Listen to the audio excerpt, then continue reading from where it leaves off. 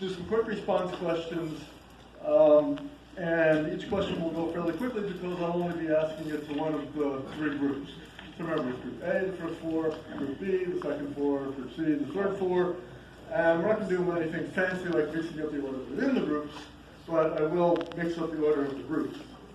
But to start, we'll just start far left from the audience perspective. Mr. Bieber in Group A, please answer the following question. This is something Ms. Cho might have mentioned before.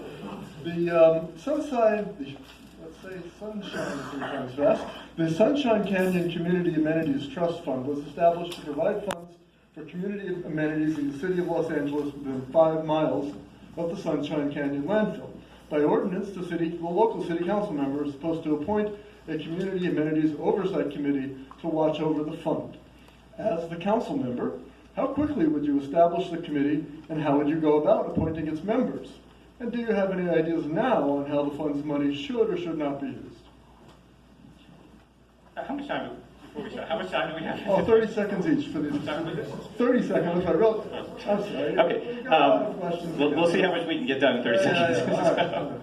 But first of all, I think that we have to make sure that those funds are in the fund, and a lot of times we have funds that are not being funded even though they're supposed to be. We have to make sure. 15 seconds already. Let's take as a given that the funds are in the fund. Right. Well, but that's not always a given. Okay. The other thing is, in terms of deciding who should be on the committee, I'm not the lord of the council district. The community should help decide who is going to be, especially the people that are affected around the landfill. Those are the people who should have first shot at being on that. So you'll bring in. Yes, thank you. Ms. Lundquist. Thank you. So this, everybody, again, deserves to live without those kinds of fumes coming off of a landfill in their home.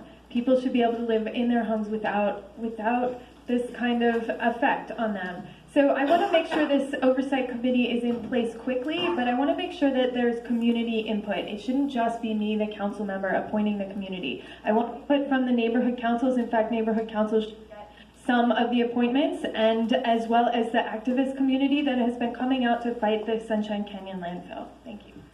Okay, thank you. Mr. Lee. Throughout my career, I've been a big believer in spending $1 today so we don't have to spend $100 tomorrow. That's why I've always focused on youth programs. When I saw this money just sitting there gathering dust and interest, I decided to do something about it and help fund the 25 or so odd schools that were in that 5-mile district, because these are our most vulnerable population, and let those schools decide what they wanted to do with those funds. This is something that I've always believed in as a proponent for youth projects, which I'll discuss more later. Thank you, Mr. Lee. Now, Mr. Sardo, now please. Yeah, we see in our area lobbyist after lobbyist after lobbyist become the next person who represents us. For this particular issue, I would go to the Granada Hills neighborhood councils, both south and north, and let them determine who would represent us. I'm sick and tired of it. I'm sick and tired of the games. This should have been done a long time ago. And again, I was born and raised Granada Hills. I love this place, and thank you. All right, now there's a question.